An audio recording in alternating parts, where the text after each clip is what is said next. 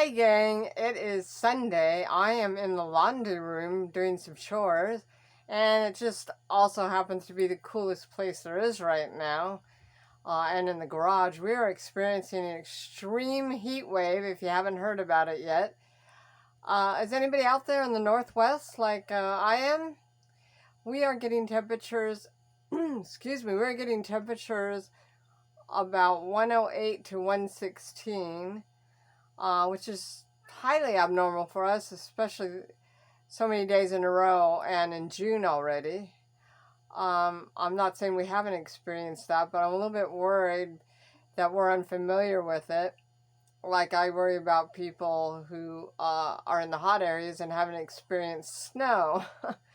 So usually I'm having a good chuckle when they're sliding all over the road and saying, well, what a bunch of ding-dongs. But we are now getting the same thing where we have a lot of people probably not familiar with how to deal with 116 degrees in an area that normally has a lot of wind and rain come through.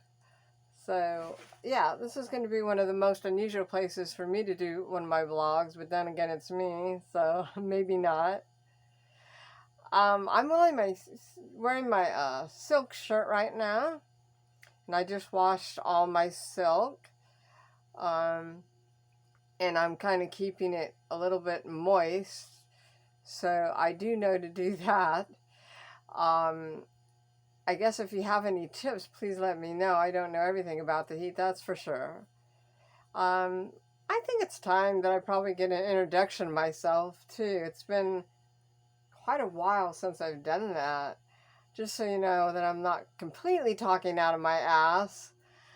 I am actually Elizabeth, and I am from Hollywood, California. I was born down in Hollywood and grew up down in Anaheim, very close to Disneyland and Knott's Berry Farm, if you're familiar with that. Even if you're not here in this country, you are familiar with Disney World and Disneyland. So it was quite a crazy upbringing. But my background actually is in psychology. I took many years of psychology. My thesis was on ADHD. I ended up working with the developmentally disabled for many years, and then I had lost too much hearing to hear people that had drop seizures behind me. So I kind of voluntarily left this place. It was fantastic, but once you become too deaf to be able to help some of those people, it gets to be a dangerous situation. So I do have a lot of background with that. I am a nurse's aide as well.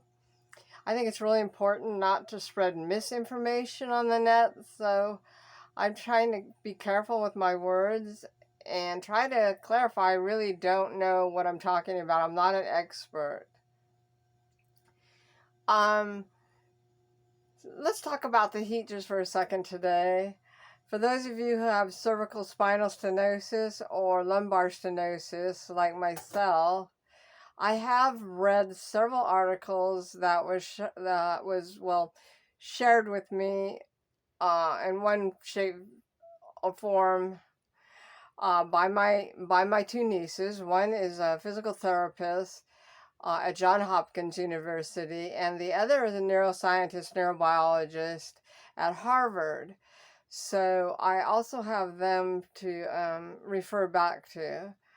For those who are wondering how the cervical spinal stenosis fits into all the things that are going into with me, or maybe with you, I have read several articles that when you do have spinal injury or cervical spinal stenosis and lumbar stenosis, it can affect your heat regulation.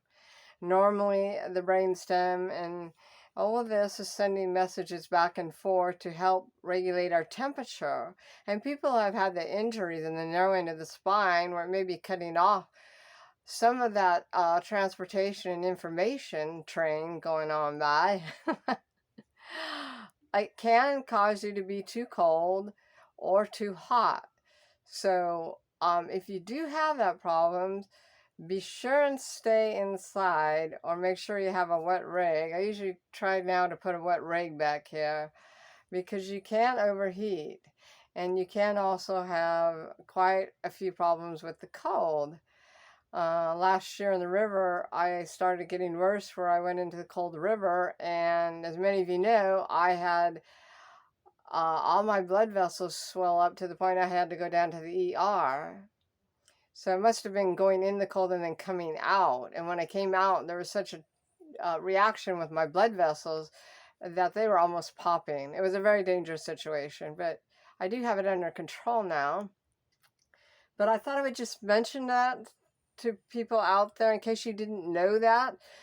Google, don't just listen to me, Google it also. And you have to actually look through PT. It's very hard to find any information. So going through physical therapist PubMed pages, they do have a little more information on that. And protect yourself from the heat if you do have spinal injuries. You're not imagining that. You are more sensitive to the heat and the cold.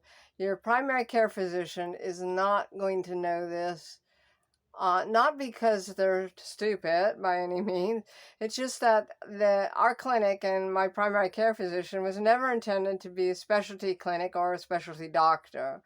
So some of them purposely don't educate themselves more because there'd be more lawsuits for one thing and more responsibility. They are not there to treat you for specialty things. So don't expect to get all that information from your poor PCP who has enough to worry about with the COVID and kids coming in with runny noses and the flu and what have you. So if you can at all through your insurance, which I know is difficult, hopefully Biden is completed passing the bill so we make sure we can stay on our basic health.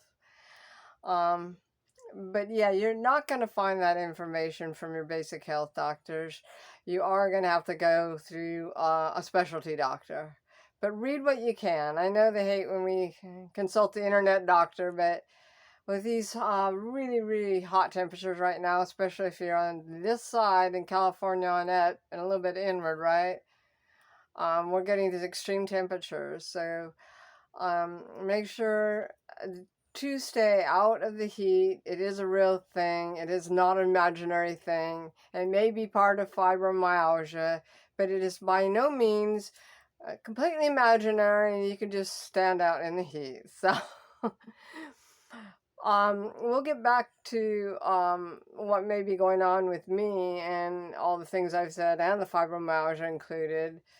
But for now, I just wanted to show you what's going on. We're about 116 right now, and I am actually starting to sweat even in a very cool place. So I care about you. I enjoy talking to everybody on YouTube and your comments lately. Forgive me if I don't always ask back where you're from. I almost feel like I'm prying. It's not that I'm trying to be rude, or I just am a rude person. But I am quite a bit ADHD too, so it's not that I don't care. I do appreciate very much. But that's all for now. I'm getting into 8 minutes and a lot of sweating and itchiness, so I apologize if I'm not being real coherent with this. But I just wanted to make sure that if someone has told you that you're being overly sensitive to the heat when you have spinal conditions, don't listen to it. Anyway, time's up now because we don't have an attention span longer than really 1 or 2 minutes. So I hope someone will get to the end of this and write back to me. Let me know down in the comments if you've had any problems with this. People telling you you're crazy, or if you've experienced problems with the heat, if you have the spinal problems. We need to keep those lines of communication open, like I said, and alternative medicines. And we're going to have to do it ourselves. I'm afraid we're going to have to do it ourselves. So I'm sending my love out there to those who are in the heat wave. Hit me up. Let's talk. Let's chat. I'll let you know what I know, and you let me know what you know. So anyway, love you guys and all that jazz. And then I'll talk a little bit later when it's not so hot and the sun goes down. But it is beautiful out there. Go for a swim. Love ya.